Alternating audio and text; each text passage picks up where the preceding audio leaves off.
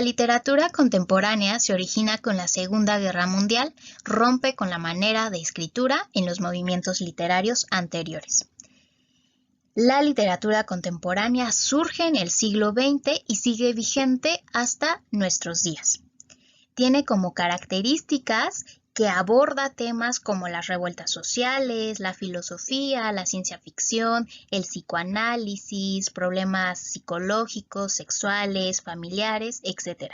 Básicamente, los temas que va a abordar la literatura contemporánea son acontecimientos o son temáticas que para la fecha sean de gran importancia, que se hable, del cual se exponga o que tenga un gran apogeo en ese momento. Por ejemplo, como mencionamos que la literatura contemporánea está del siglo XX hasta nuestros días, en esta época uno de los temas que más da de qué hablar y que está en su máximo apogeo sería el feminismo o las marchas que se hacen de este movimiento.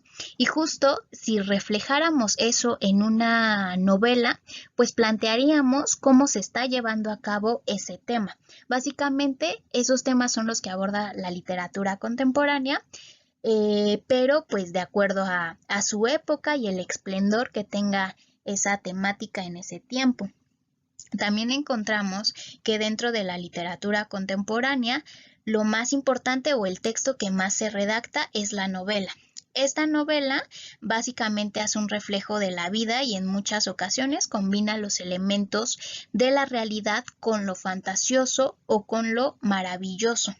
En este caso se ve reflejado un mundo real y esas temáticas tan importantes o tan habladas de la época, pero con elementos de fantasía, justo para contrarrestar un poco el impacto que tiene o la crueldad que tienen estas temáticas. Otras de las características que vamos a encontrar es que la literatura contemporánea rompe con la linealidad, con el relato anecdótico y tiende hacia los planos temporales, particularmente hacia el flashback.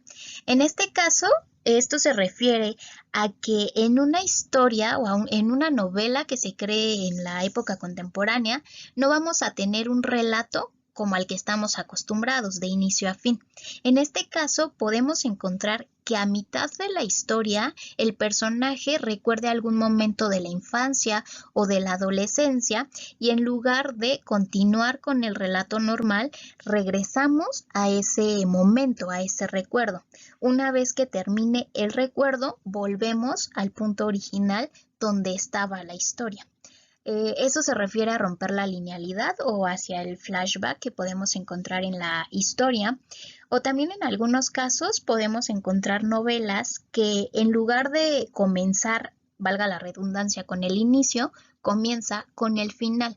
Algo así como las películas. Seguramente han visto películas que comienzan con la última escena y posteriormente de esa última escena se va relatando la historia y al final volvemos a esa primera escena, es decir, a la que era la última. Algo así vamos a encontrar también con las novelas en el caso de la literatura contemporánea.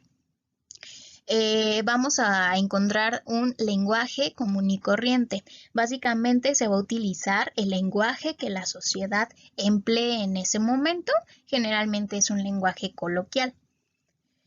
También se va a mostrar fotográficamente las descripciones de sus personajes, ya que en el caso de la literatura contemporánea lo más predominante es la novela, entonces es muy importante describir exhaustivamente a los personajes para conocer sus características físicas y particularmente psicológicas.